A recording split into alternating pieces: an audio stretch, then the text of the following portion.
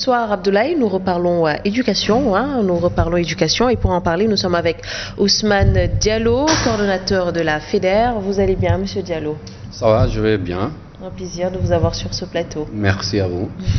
Alors oui, donc en dépit des inondations et des menaces, en tout cas de certains syndicalistes par rapport à une grève, l'année scolaire a bel et bien démarré aujourd'hui au Sénégal.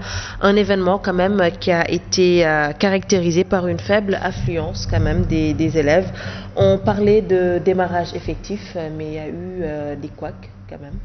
Oui, vous avez raison, madame, puisqu'il y a eu des couacs, puisque le slogan, le concept Ubitaï Djangataï, c'est quelque chose, c'est pas encore une réalité au Sénégal, pour nous, la FEDER, puisque je pense avant même ce contexte, ce concept, nous, en 2012, j'étais à la tête du CMS que je dirige, ce qui m'a permis d'être à la tête de la FEDER et au niveau de la centrale de la CNTS-FC, que je salue tous les secrétaires généraux. Je pense que ce concept, c'était de mettre le dispositif pendant les vacances pour que dès l'ouverture, que les enseignants soient prêts, les élèves prêts, et la machine est huilée, et dès le mois d'octobre, dès le 1er, tout le monde à l'école. Et on commence le travail immédiatement. Et cela n'est pas possible pour beaucoup de raisons. Puisque vous savez qu'aujourd'hui, le concept Ubitaï Djangataï, quand vous voyez ce qui se passe dans des zones reculées et précisément à Dakar, dans certaines écoles, les écoles sont inondées. Effectivement. Donc on ne peut pas faire des études dans ce contexte-là. Autre chose que le Ubitaï Djangataï ne peut pas toujours réaliser, c'est le fonds de roulement que l'État doit remettre aux établissements pour qu'ils soient dans une bonne posture d'acheter tout ce qu'il faut pour les élèves. Ce fonds de roulement-là, malheureusement, depuis des années, tarde à venir. Ça vient presque vers la fin, au mois d'avril. Ça veut dire que les établissements sont laissés à eux-mêmes. Mais pas, puisqu'il y a aussi quelque chose qui rentre, puisque l'inscription des élèves, si je comprends bien, est gérée par les comités de gestion dans les établissements, qui sont composés du responsable d'établissement, plus quelques enseignants, plus également des parents d'élèves qu'on va coopter dans le quartier. C'est ça le comité de gestion, et ça, c'est le gouvernement du Sénégal, en l'occurrence le ministre de l'Éducation nationale, qui a initié ça. Mais c'est une mauvaise chose, je vais vous dire pourquoi. Puisque le comité de gestion a un fonds qui vient des inscriptions. Et ce fonds est partagé en deux parties. Le premier parti, c'est pour le responsable de l'établissement, une somme qui est dérisoire. L'autre partie, c'est pour les bénévoles qu'on a choisis dans le quartier, qui ont une caisse et un trésorier. Et ça, c'est l'inscription des élèves du Sénégal. Ça ne devait pas se passer comme ça. Le pourcentage le plus élevé devait revenir à l'établissement, qui permettra à l'établissement, s'il y a des inondations et que les mairies ne répondent pas à temps, qu'ils puissent puiser de cela.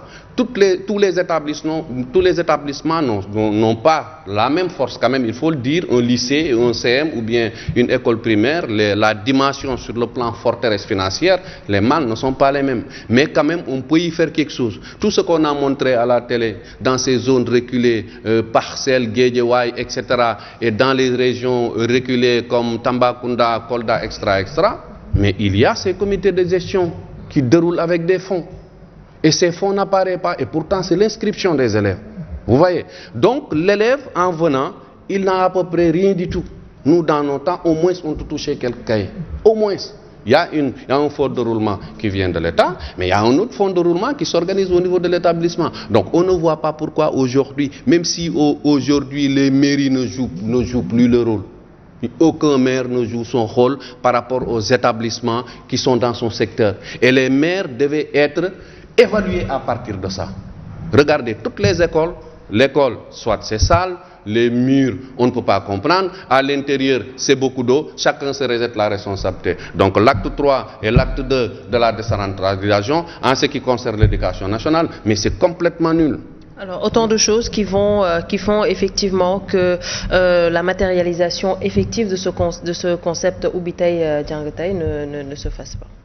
Oui, je vous ai dit auparavant, c'est pas possible, puisque ceux qui sont autour de ça ne sont pas sérieux. En fait, ceux qui sont autour de ça, c'est le ministère de l'Éducation. C'est une politique éducative dont Eux, ils détiennent les 99%, mais ils ne font pas. Le ministère de l'Éducation ne fait rien pour allant dans ce sens. Ouais, mais si je vous dis que même le fonds de roulement qui est alloué aux établissements vient tardivement, donc ça pose un peu problème. Et l'autre côté aussi, on parle de niveau. Mais madame, c'est impossible. Vous ne pouvez pas prendre un instituteur de l'élémentaire, vous lui montez au collège.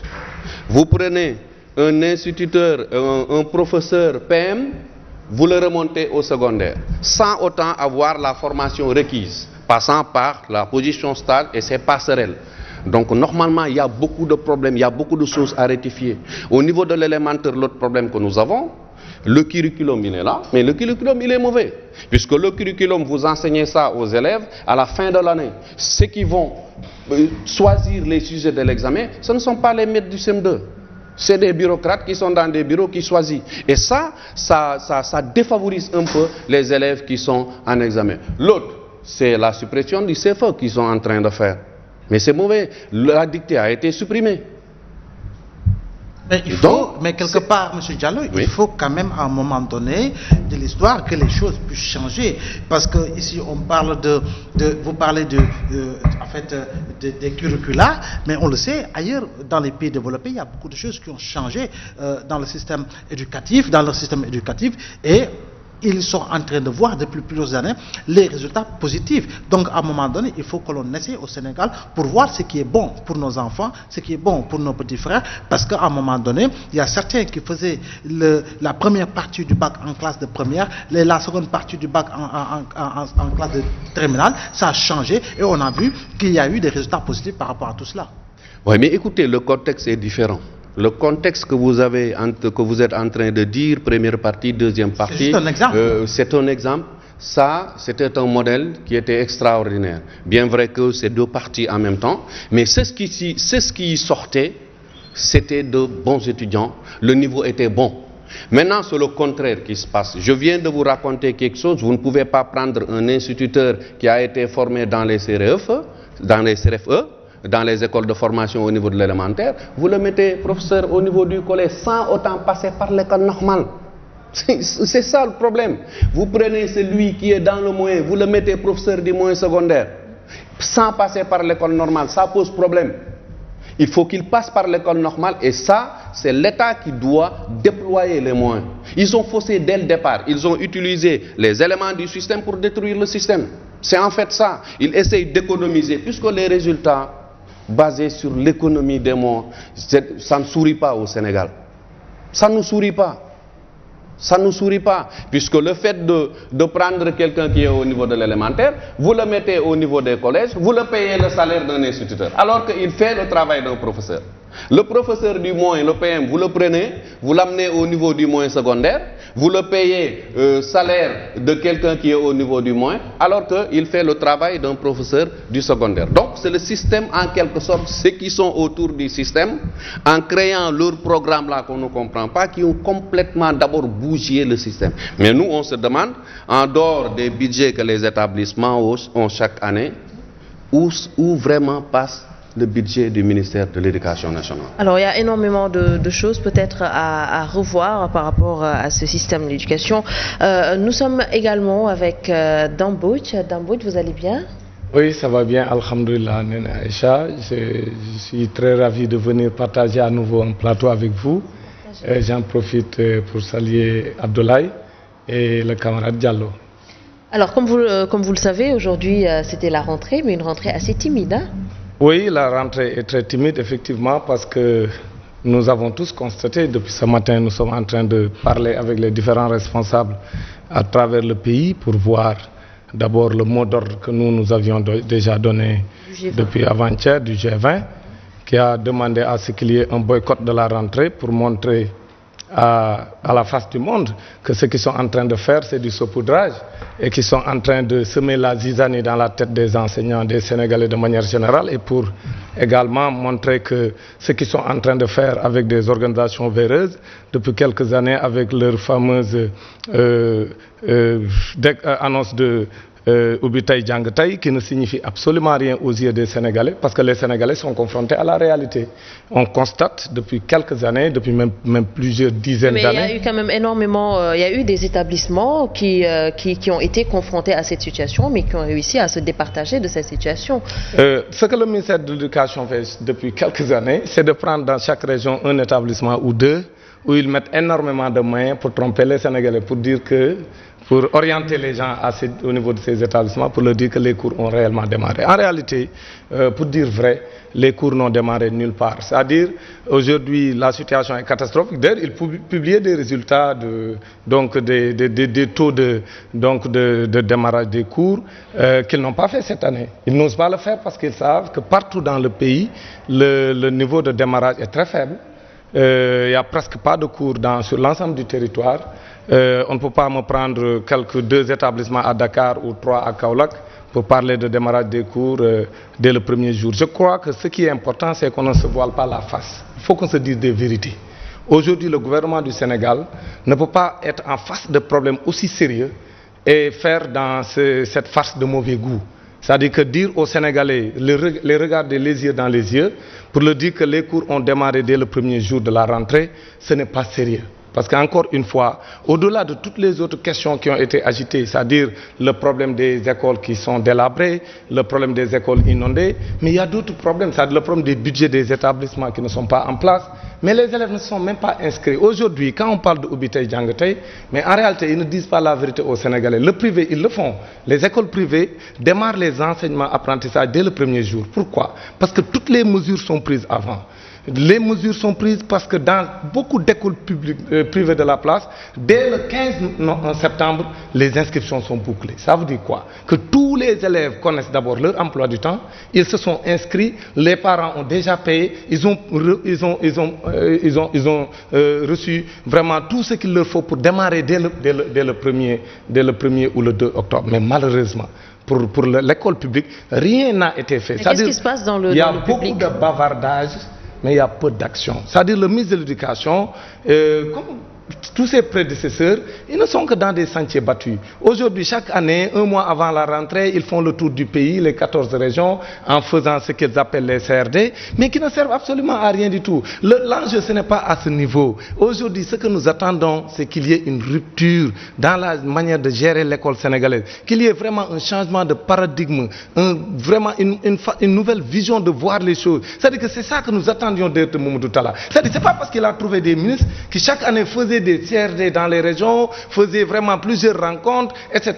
Non, ce n'est pas ça. Aujourd'hui, il faut qu'il y ait une réforme profonde. Les 2 mois de vacances ou les 3 devaient servir à changer complètement de paradigme. Parce que le mois de septembre devait être un mois où toutes les conditions de reprise des cours seraient réunies. Mais malheureusement, tel n'est pas le cas. C'est couplé en cela. Mais septembre, dame, ce n'est pas encore la fin de l'hivernage. On le sait pertinemment que jusqu'à hier soir, il a plu à Dakar. Mais des écoles inondées, mais il faudra bel et bien attendre la fin justement de l'hivernage pour aller dans le sens de désherber, dans le sens de pomper l'eau, etc. et permettre aux élèves et aux enseignants d'occuper les lieux. Merci beaucoup. Ça également, les Sénégalais le disent, mais le taux d'inondation des établissements, ça ne dépasse pas 3%.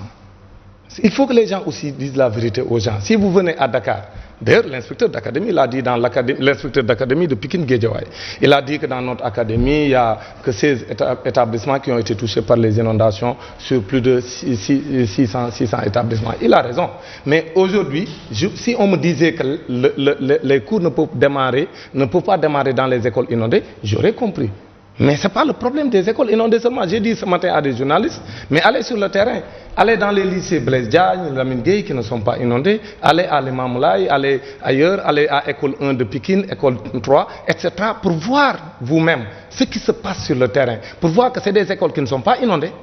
Mais il n'y a même pas 2% des effectifs qui se sont inscrits. Pour dire le manque de sérieux qu'il y a au niveau de ce ministère et que les Sénégalais... Est-ce que vous avez les preuves qu'il n'y a pas 2% d'inscrits dans ces écoles? Je peux vous donner l'exemple de votre, je crois que ce n'est pas votre télévision, c'est une autre télévision qui l'a donné, qui ce matin a montré au lycée Valdiodio Ndiaye qu'il n'y a que 2 élèves qui se sont présentés sur l'ensemble du lycée. Pour vous dire que c'est exactement la vérité. C'est-à-dire que les élèves au Sénégal, dans le public, ne s'inscrivent même pas. Vous allez dans les lycées de Dakar, les élèves ne sont même pas présentés pour s'inscrire.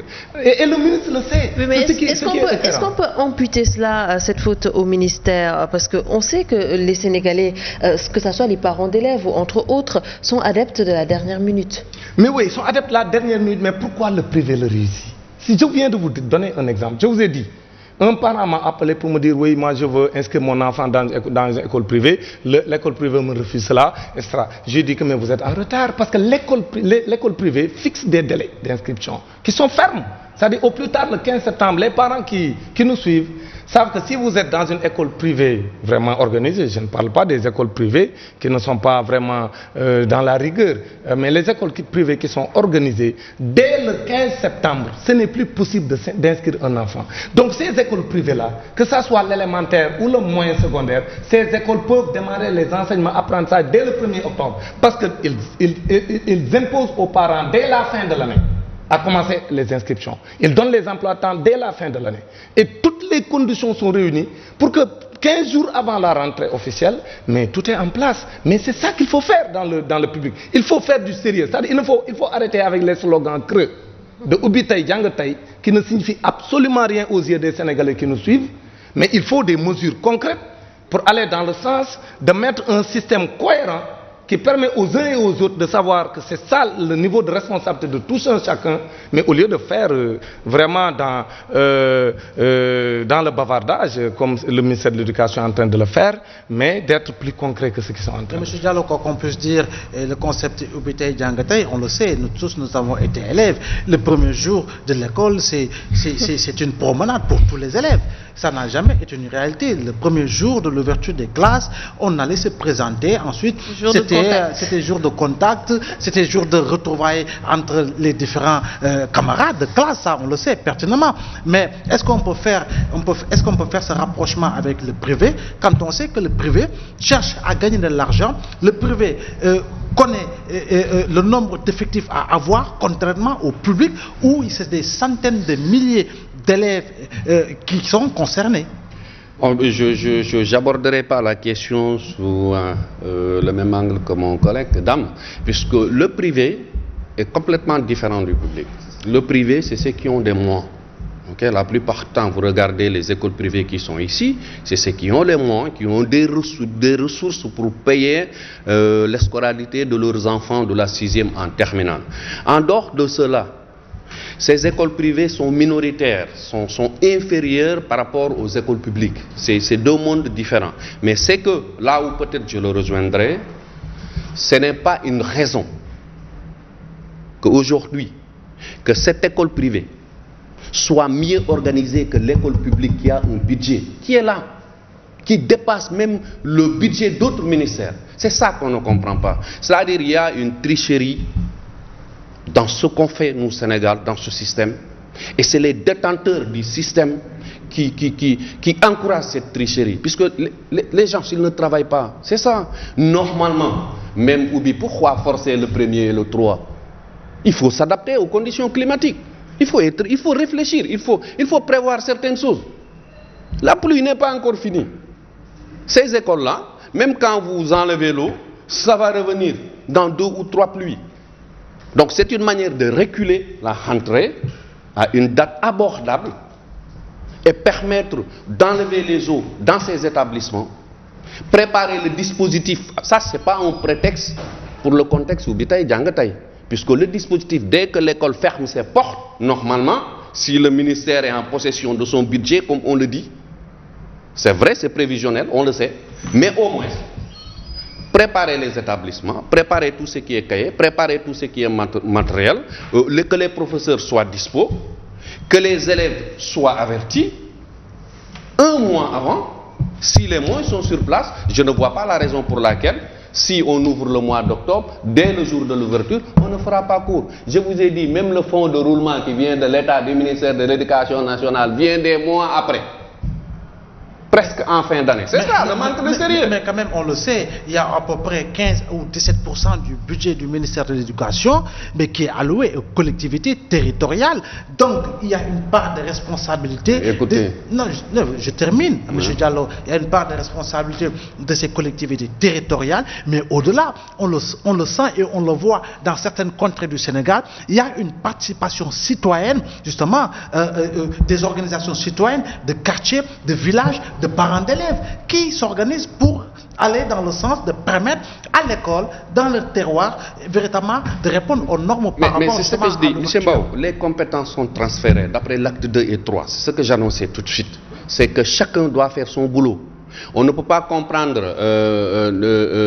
la mairie de Parcelles avec tout ce que Parcelles a comme établissement, qu'au niveau de leur réunion, au niveau de leur budgétisation, qu'ils ne parviennent pas à prendre une somme qu'ils allouent aux écoles qui sont dans le... C'est les maires qui ne font rien du tout. C'est les conseils départementaux qui ne font rien du tout. C'est ça le problème. L'argent est sur place, mais ils font passer l'argent par d'autres portes.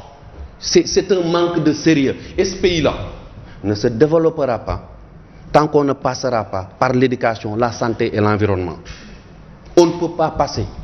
C'est impossible. C'est que chacun, tu as l'impression que chacun est là pour lui. Ça, les gens aujourd'hui, ils prônent l'individualisme au détriment du collectif. Et c'est ça qui est mauvais. C'est ça qui est mauvais.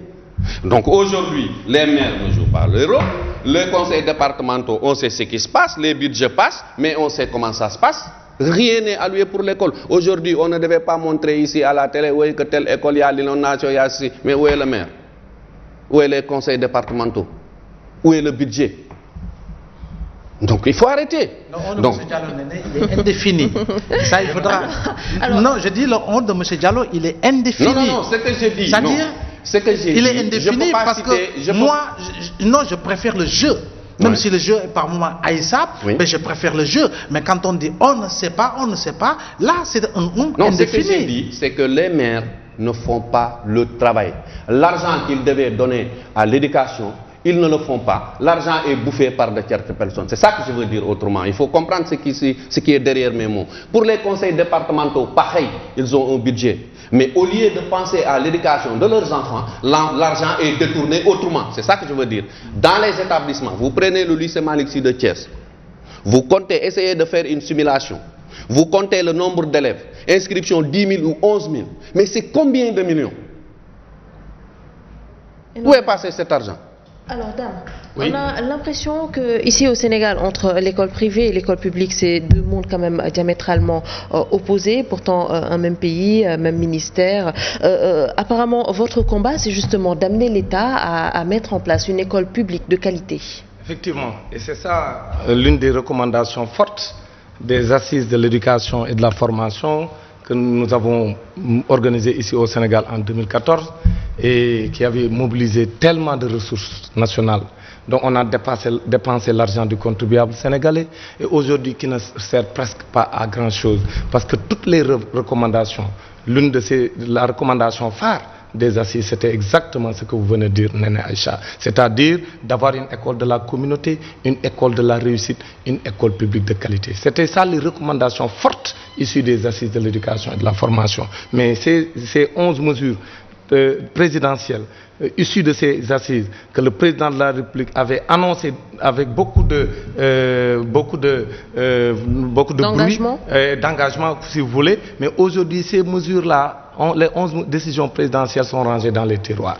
Mais moi je voulais dire simplement qu'au Sénégal, contrairement à ce que les gens pensent, que le privé est minoritaire, contrairement à ce que mon ami Diallo dit, mais c'est tout le contraire. Aujourd'hui, il y a un basculement des effectifs vers le privé. Si on prend le bac, nous avons presque du 50-50 maintenant au niveau des candidats. Aujourd'hui, l'école privée présente près de 49% des candidats au bac. C'est-à-dire que l'État est en train de se désengager de plus en plus. C'est-à-dire qu'il y a une privatisation nette, il y a une volonté nette de privatiser l'école publique sénégalaise. Aujourd'hui, c'est ça le danger qui guette le Sénégal. C'est-à-dire qu'aujourd'hui, même les parents qui n'ont pas les moyens C'est vrai qu'il y a 2 écoles, si on me dit il y a 2 écoles privées, il y a les écoles privées quand même de fils de nantis, et maintenant les écoles privées que j'appelle parfois même les écoles privées de quartier, qui n'ont pas de moyens, qui ne peuvent pas vraiment même recruter des enseignants. Ce sont ces écoles privées-là peut-être qui sont en difficulté, mais les autres, ils ont assez de moyens. Mais aujourd'hui, si on prend le ratio école privée, école publique, aujourd'hui l'école privée dans quelques années, moi je dis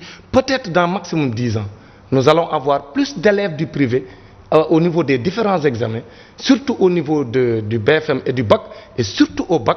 Le bac, c'est très clair, l'option est très claire maintenant que les parents envoient leurs enfants dans le privé, même s'ils n'ont pas de moyens. Donc ça, c'est un danger qui guette notre pays, parce que l'éducation doit être entre les mains de l'État du Sénégal. Donc l'État du Sénégal doit créer toutes les conditions pour que les enfants de ce pays puissent étudier correctement, parce que tous les pays qui se sont développés dans le monde, c'est parce qu'ils ont une école publique de qualité. Mais pas cette école publique de Jules Ferry aussi, comme je le dis, cette école extravertie qui n'a rien à voir avec nos valeurs. C'est parce qu'en réalité, tous les pays qui se sont développés, ils ont mis en place un curriculum fortement abreuvé dans la culture du pays, donc un système d'enseignement arrimé sur les valeurs nationales et sur la volonté d'aller dans le sens du développement, donc à partir de nos réalités. C'est ça que notre système ne peut pas régler, parce que c'est un système extraverti dicté par la France. Mais je voudrais dire également que les mairies, parfois on leur fait un mauvais procès.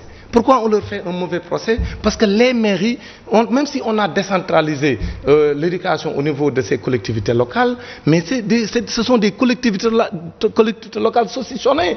Aujourd'hui, si vous prenez les collectivités locales, si vous prenez une collectivité locale qui est à Géoul, ou qui est à Matam, ou qui est à Podor, même si on lui délègue des pouvoirs sur le plan de l'éducation et qu'on met l'éducation parmi les compétences transférées, mais ces écoles, ces collectivités locales n'ont pas les moyens. Même avec la dotation de l'État, ils n'ont même pas les moyens de payer leur personnel. Moi, je connais des collectivités locales qui n'ont même pas les moyens de prendre en charge les charges donc salariales. Donc, moi, je pense qu'il ne faut pas leur faire un mauvais procès. Aujourd'hui, c'est l'État qui doit prendre ses responsabilités et comprendre que l'éducation, c'est le premier acte de souveraineté. Parce que si on n'est pas en mesure de former des ressources humaines de qualité avec des Sénégalais qui ont un coefficient intellectuel très élevé, si on n'est pas en mesure de créer le cadre qu'il nous faut pour former des Sénégalaises et des Sénégalais capables de porter le développement, c'est parce que notre école aura échoué. Et si notre école échoue, c'est parce que notre pays a échoué. Et si notre pays échoue, c'est tous les Sénégalais, tous confondus. Parce que quand on parle d'État, nous sommes tous concernés. C'est-à-dire le contribuable sénégalais également, quand il met son argent, parce que l'argent du contribuable, c'est ce qui paye les enseignants. C'est ça qui fait fonctionner les hôpitaux. C'est ça qui permet à la justice de fonctionner. Parce que l'argent ne vient pas de la poche de nos gouvernants. Ça vient de nos taxes et de nos impôts. Mais malheureusement, nous n'avons pas une communauté forte, capable de faire face à nos régimes quand l'arbitrage budgétaire n'est pas favorable au secteur stratégique. C'est ça où vraiment le vrai débat que nous devons poser au Sénégal. Mais si malheureusement nous nous emmirons dans ce faux débat, vraiment d'accuser des acteurs alors que c'est le système qui est à réformer, c'est là où vraiment c'est regrettable. Et malheureusement, c'est la situation que nous vivons nous ici au Sénégal. Et une position que vous partagez, M. Diallo? Je ne partage pas, chère dame. Ce que je veux dire, moi, personnellement, par rapport à ça... Qu'est-ce que vous ne partagez pas? C'est l'État... Non, ne me répondez pas. Non, je voulais vous n'êtes pas journaliste. Sur mon argument. Dame, s'il te plaît. Non, s'il te plaît. Bon, vous me laissez poursuivre. Moi, non, dame, tu n'es pas journaliste, ne me coupe pas, laisse-moi parler, avec votre permission, oui. Avec votre permission, dame, il vous a écouté religieusement. Laissez-le poursuivre lorsque nous lui donnons la parole. Voilà, merci Maud. Voilà, c'est ça, on ne traite pas sous les mêmes angles. Vous savez, pour moi, un conseil, je ne fais pas un mauvais procès. Nous sommes tous des Sénégalais, nous savons ce qui se passe ici. Un conseil départemental, une mairie, une collectivité locale, telle qu'elle soit, est un démembrement de l'État.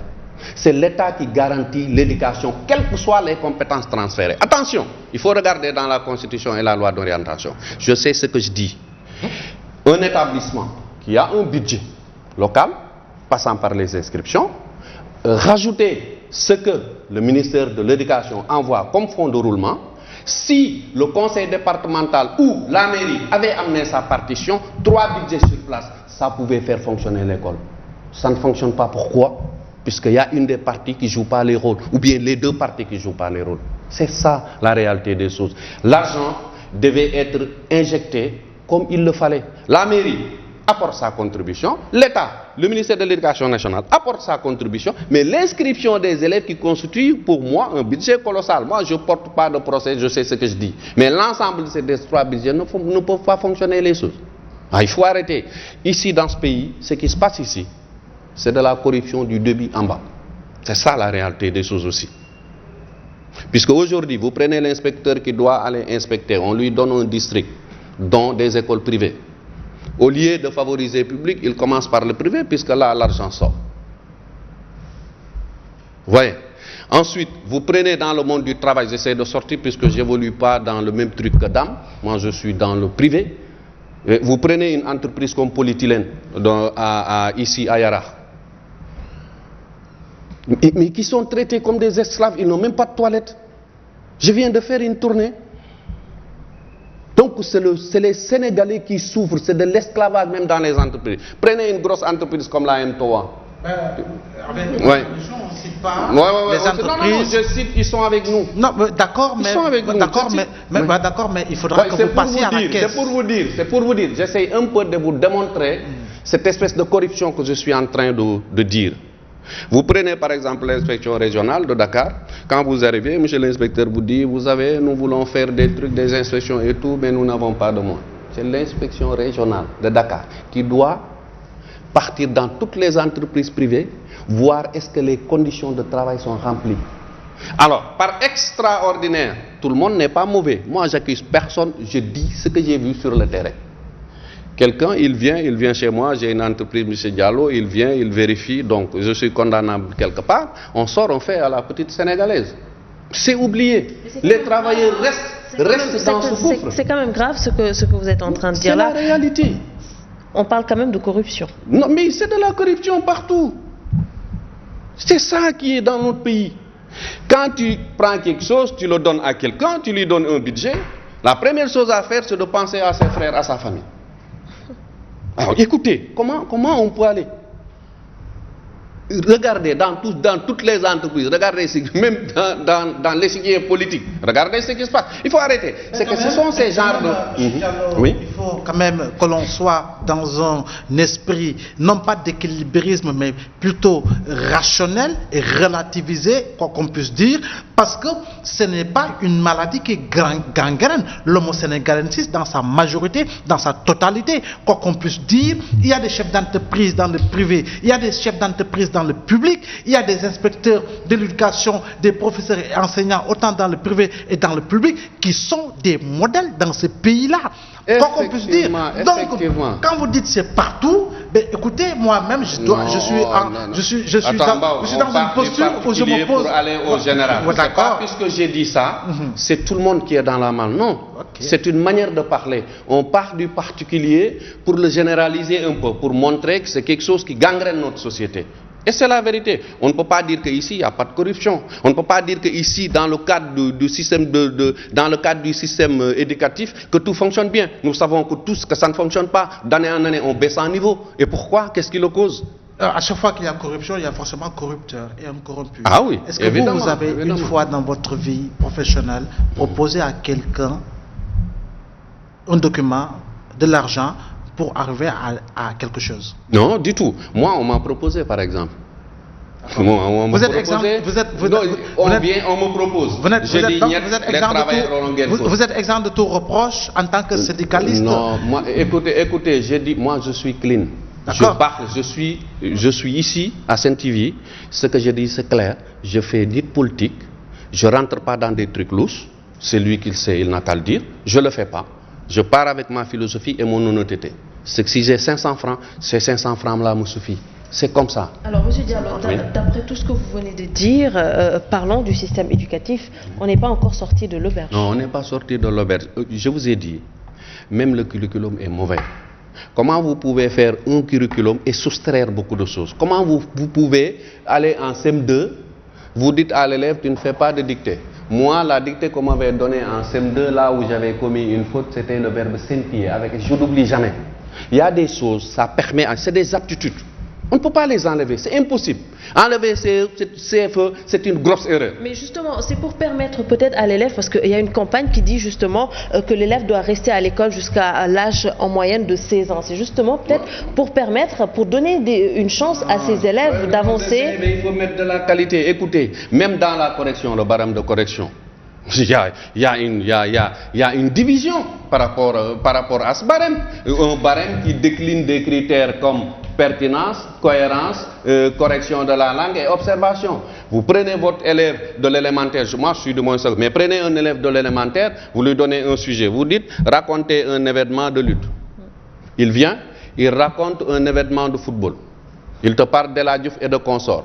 Dame est le premier correcteur, moi je suis le deuxième correcteur. Dame vient, selon lui, ce que l'élève a dit, c'est pertinent, alors que c'est hors sujet.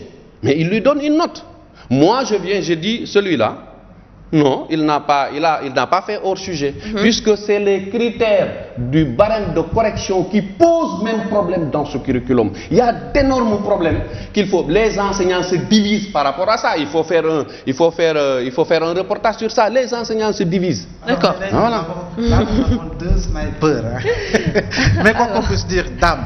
Mais au-delà justement de ce que vous avez considéré comme en tout cas démarche à changer, approche objective à adopter, mais vous conviendrez avec les Sénégalais qu'il y a des bons en avant qualitatifs en tout cas par ailleurs, comme quoi qu'on puisse dire. Je ne le pense pas. C'est pas une question de sniper, parce que quand on parle de l'éducation, c'est des choses très sérieuses. Moi, je ne fais pas vraiment, je n'ai aucunement l'intention de dire des choses pour saboter mon pays. Parce que celui qui veut saboter son pays, c'est celui qui sabote l'école. Parce que l'école, c'est le socle du développement. Parce que c'est l'école qui forme les ressources humaines. Et si on n'a pas de ressources humaines de qualité, le Sénégal ne sera jamais compétitif au Conseil des grandes nations.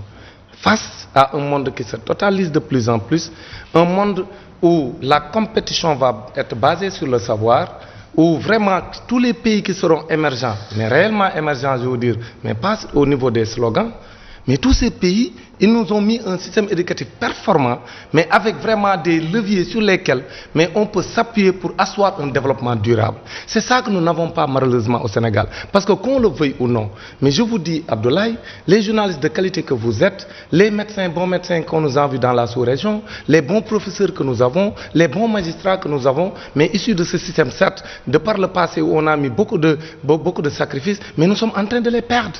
Et vous le savez mieux que moi. Chaque jour, je sais que vous recevez des stagiaires et vous sentez qu'il y a une baisse de niveau à tous les niveaux. Ce n'est pas seulement au niveau de la presse, ni au niveau de l'éducation. Parce que quand l'école est en crise, le pays est en crise. Aujourd'hui, que ce soit dans tous les secteurs d'activité, on sent qu'il y a une baisse de niveau. Et ça, c'est extrêmement dangereux pour un pays, parce que nous avons des pays de la sous-région qui ont des problèmes pour avoir les ressources humaines capables de porter le développement. Je ne veux pas les citer pour les stigmatiser, mais nous les connaissons tous. Donc aujourd'hui, le Sénégal, qui était envieux dans la sous-région, où presque beaucoup d'anciens présidents d'autres pays ont étudié au Sénégal, etc., ce bon système éducatif que nous avions, qui a fait la fierté de tous les Sénégalais, où nous avons pu placer des enfants à lui le grand, où nous avons eu à placer des enfants dans les plus grandes universités du monde. Aujourd'hui, le Sénégal est en train de perdre toute cette qualité-là qu'on a connue. Donc, il ne faut pas qu'on dise qu'il y a des bons en avant. Nous avons des bons en arrière, parce que le système doit être réformé, parce que le système a atteint ses limites.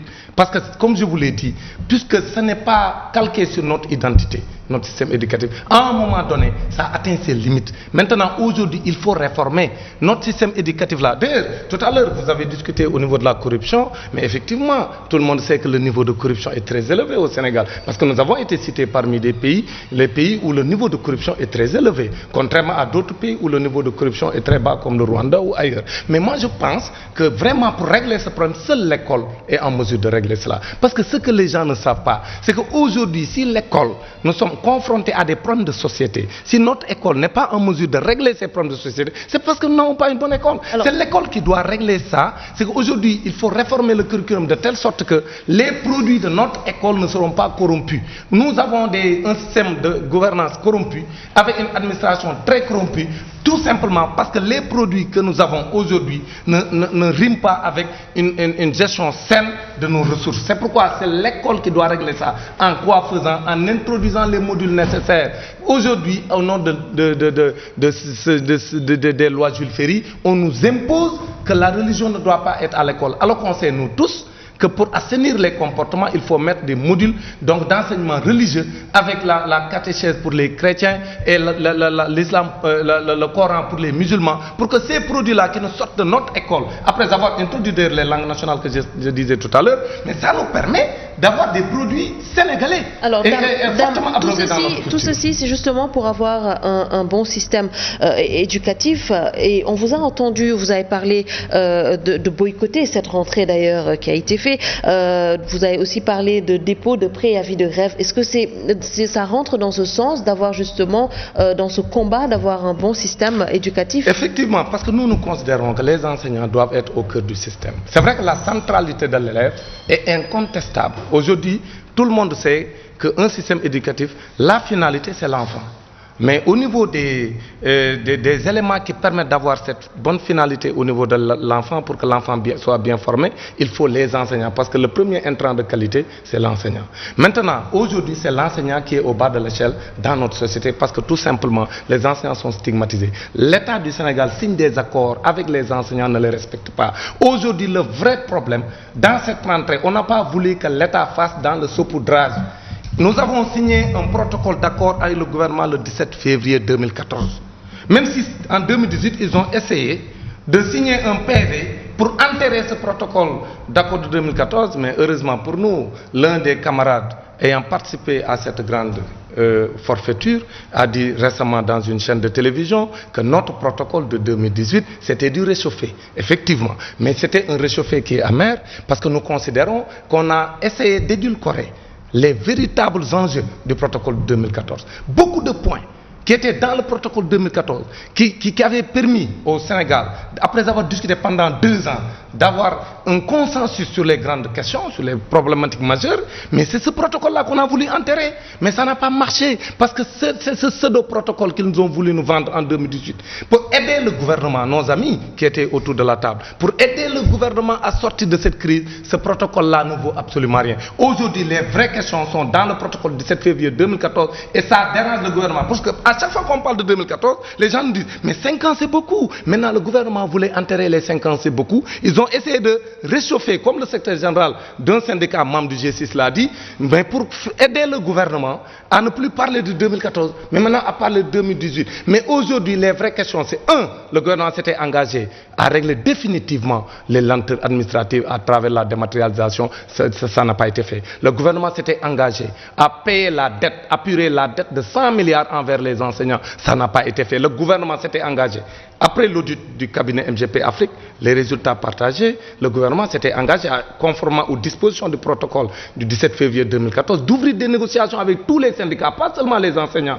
Parce que nous tous, dans la fonction publique, nous voulons être traités de façon équitable. Pas les mêmes salaires, mais les médecins se plaignent, le Sud-Est se plaint, les enseignants se plaignent. Maintenant, le cabinet a fait l'étude de tous les secteurs. Les résultats sont sur la table du président de la République Macky Sall depuis 2015, depuis décembre 2015. Le président Macky Sall, aujourd'hui, louvoie, tergiverse avec son gouvernement et aujourd'hui ne veut pas aller dans le sens de matérialiser cela. Alors que les enseignants sont lésés sur le régime indemnitaire. Nous voulons que le gouvernement comprenne que pour avoir une année scolaire apaisée, il va falloir régler les problèmes. Mais il ne peut pas être de connivence avec des pseudo-syndicalistes pour essayer de faire dans le saupoudrage, faire de telle sorte qu'il n'y ait pas une année scolaire, donc perturbée. Syndicaliste, M. Diallo, mais quoi qu'on puisse dire, il y a eu des élections de représentativité. Ce sont vous, les enseignants, qui avez élu. Et justement, ceux qui sont représentatifs sont dans le groupe G7 et ils sont en train, quoi qu'on puisse dire, de négocier avec le gouvernement du Sénégal. Bon, cette fois-ci, je rejoins Dame sur ce terrain-là, puisque je pense qu'il a parfaitement raison pour ne pas être malhonnêtement intellectuellement.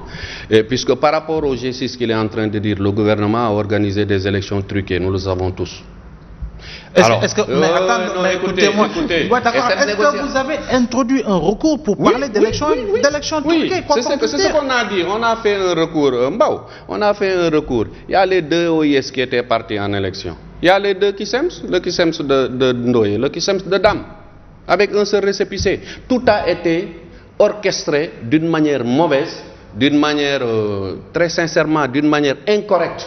Et ils veulent avaler les autres syndicats, ça ne peut pas passer, puisque le G6 ne fait pas la majorité dans le système éducatif. Le gouvernement pensait que c'est ça qui allait passer, mais malheureusement pour eux. Alors eux, ils ne peuvent pas, comme il l'a dit. Ce sont eux qui parlent avec le gouvernement. Non, mais ils négocient mal. Qu'est-ce qu'ils ont négocié? Mais vous n'êtes pas sur la table des négociations pour savoir on ce qui les se oblige, passe. nous.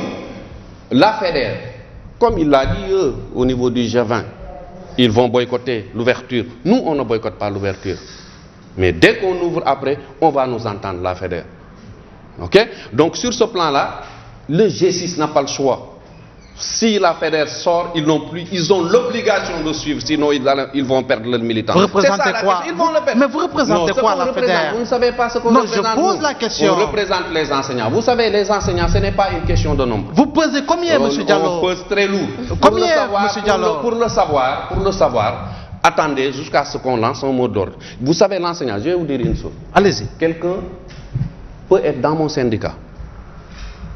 Si je ne parle pas pour lui, et que Dame parle pour lui, même si Dame est minoritaire, quand Dame sort, il va sortir. C'est là le problème. C'est là le gouvernement a mal fait, puisque ça ne coûte rien, une organisation qui est légalement constituée avec un récépissé et avec des militants. Celui-là, même s'il n'est pas parmi les 5, quand ils sont en groupe, quand les syndicats se regroupent en groupe, ça devient une force incontournable. Un seul professeur, je vous donne un exemple, qui manque dans un lycée, c'est une catastrophe. Un seul. C'est une catastrophe. C'est ce que je dis. Donc l'enseignement est tellement compliqué. Le gouvernement aurait dû, par intelligence, penser à négocier avec ceux qui ont signé le protocole de 2014. Les G6, quel que soit ce qu'ils font, et ce qui est normal, c'est d'être un syndicaliste. Mais il ne faut pas être un syndicaliste étatique. C'est mauvais, camarades. Il faut laisser ça. Nous sommes ici, c'est pour défendre les enseignants. Moi, si je suis ici sur ce plateau, c'est puisque j'ai démarré par le CMS à Thiès, je suis venu au niveau de Dakar, je suis dans des centrales, je suis à la tête de la FEDER. Ce sont ces enseignants-là qui nous ont élus. Nous avons reçu le G6 hier aussi par un de leurs représentants. Eux aussi, ils défendent les intérêts des professeurs, ils défendent des enseignants. Mais écoutez, il y a une catastrophe qui est en train de se faire. C'est là où je disais, le gouvernement est en train de cultiver la médiocrité dans le système. Comment vous pouvez avoir de la qualité sans former vos enseignants? Le G6 n'a pas parlé de position stage. Cette position stage est fondamentale pour la qualité de l'enseignement. Et j'en ai même des preuves, et j'ai des audios ici qui ont interpellé soi-disant les deux syndicats les plus représentatifs par rapport à la position des stages. Où est-ce que ça se trouve? Jusqu'à aujourd'hui, rien du tout. Rien du tout. Par rapport aux parcelles des enseignants qu'on avait signé dans ce protocole que Dame vient d'énumérer, rien du tout. La finalisation des actes de Thiès, de Saint-Louis, de Louga, de Ziguinchor, jusqu'à présent, rien du tout. Les 3-5 milliards pour la viabilisation des actes de Dakar et de Ziguinchor, rien du tout. Les actes traînent. Je l'ai écouté, le monsieur que vous avez invité. Il a parlé de 7000, je ne sais pas, de 7000, comment dirais-je, de 7000 validations, actes de validation. Attendez, le manque de sérieux est là. Comment un gouvernement traite 4000 actes? Le gouvernement, le ministre la part, un autre ministre vient, on recommence tout. Ça c'est du travail. Ça c'est le développement, ça. C'est ça la continuité. Non, il faut arrêter. Et ça, et en plus, cette position des stages, vous savez, c'est tous les niveaux. L'État essaye d'économiser de l'argent, puisque la position des stages, quand vous prenez un instituteur qui a déjà son CAP et son CAP, et qui a maintenant une maîtrise ou une licence dans une autre discipline, mais celui-là, il est au niveau de l'élémentaire. Avant de l'exécuter dans le collège, faites tout pour que celui-là vienne à l'école normale, qu'il soit formé comme professeur et retourner tenir les collèges. C'est comme ça qu'on doit faire. Avant que Nélène reprenne la parole, oui. Ce qui est sûr, M. Diallo, M. Dambodj du Kisem Sostantique et vous de la FEDER, moi je ferai partie de ces journalistes qui porteront des œillères pour vous suivre au pas et voir ce que vous pesez. Mais mesdames, justement, est-ce que ça aussi c'est pas un souci, parce que vous vous battez pour la même cause. Alors pourquoi ne pas faire bloc justement pour cette cause-là? Merci beaucoup, une excellente question, parce que nous, quand même, nous pensons que nous sommes devant l'histoire, les enseignants du Sénégal de manière générale. C'est le Sénégal qui a un pays qui ne fait même pas 17 millions d'habitants, même si les chiffres varient. Certains parlent de 15, d'autres 16. Même ça pose problème, parce qu'un pays qui ne peut même pas se compter, ça pose problème. Mais moi, ce que je veux dire, c'est que si on prend vraiment cette question-là de l'émiettement syndical, effectivement, ça pose un vrai débat. Parce que dans tous les pays, aujourd'hui, il y a une volonté de se regrouper. Nous sommes à l'ère des grands ensembles. Donc ça ne peut pas se comprendre que nous ayons dans notre secteur près de 40 syndicats d'enseignants. Ça, c'est la vérité. Moi, je ne fais pas dans la langue de bois. Donc la question est très pertinente. Maintenant, aujourd'hui, il faut aller dans le sens... Alors, je vais confisquer votre... Il faut aller dans le sens de régler définitivement cette question entre nous responsables, qu'on se dise des vérités et qu'on comprenne qu'on doit aller dans ce sens. C'est pourquoi le G20, quand on a discuté les 26 organisations syndicales, et nous lançons un appel à tous les autres, et surtout nos camarades du G6, pour qu'on puisse regrouper tous les enseignants autour d'une entité, pas organique, mais au moins une unité d'action.